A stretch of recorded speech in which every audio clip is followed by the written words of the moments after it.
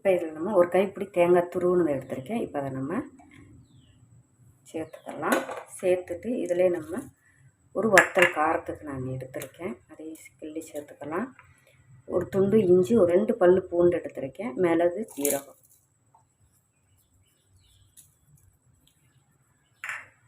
இதை நம்ம க்ரஷ் பண்ணி எடுத்துக்கிடுவோங்க.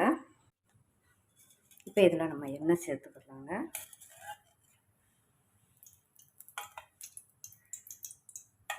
ஒரு 3 ஸ்பூன் அளவுக்கு நான் எண்ணெய் எடுத்திருக்கேன்.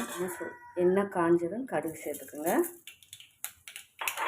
கொஞ்சம் வெங்காயம், பச்சை மிளகா கட் பண்ணி எடுத்துருக்கேன். இப்போ அதையும் நம்ம சேர்த்துக்கலாம். சேர்த்துட்டு இது 2 நிமிஷம் நம்ம வதக்கி எடுத்துக்கலாம். கூட நம்ம தேங்காய் எல்லாம் க்ரஷ் பண்ணி வச்சுருக்கீங்களா, அதையும் சேர்த்துக்கலாம். இன்னும் அதிகமாக அரைச்சி எடுத்துக்கோங்க. அம்மி இருந்தால் லைட்டாக அந்த மாதிரி ஒதுக்கி எடுத்துக்கோங்க. இப்போ இதிலே நம்ம ஒரு 1/4 டீஸ்பூன் மஞ்சள் தூள் சேர்த்துக்கலாம். இதை ஒரு 2 நிமிஷம் நம்ம வதக்கி எடுத்துக்கலாம். ஓரளவுக்கு நம்ம வதக்கியாச்சு. இப்போ இதில் நான் தண்டுக்கீரை 2-3 தடவை நல்லா அலசி எடுத்துக்கோங்க.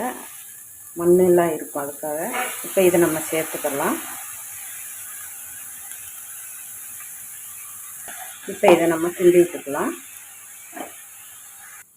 இப்போ கீரை நல்லா சுருங்கி வந்துருச்சுங்க. இந்த ஸ்டேஜில் நம்ம உப்பு சேர்த்துக்கலாம். உப்பு சேர்த்துட்டு நல்லா சிம்மிலே போட்டு மூடி போட்டு நம்ம அந்த வேர்வை தண்ணியிலே நம்ம வதக்கி எடுத்தால் போதுங்க. ஒரு 10 நிமிஷம் தாங்க. அருமையான தண்டுக்கீரை பொரியல் ரெடி ஆயிடுச்சுங்க. ஏற்கனவே கீரை ரெசிப்பிலாம் நிறையா போட்டிருக்கேன், பாருங்கள். அதோட லிங்க்லாம் தாரேங்க.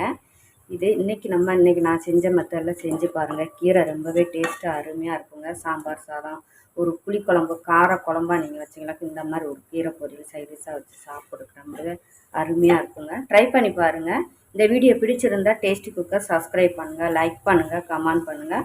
மற்றவங்க பார்க்கணும் விருப்பப்பட்ட ஷேர் பண்ணி விடுங்க. மறக்காமல் டேஸ்டி குக்கர் சப்ஸ்கிரைப் பண்ணுங்கள். தேங்க்யூ.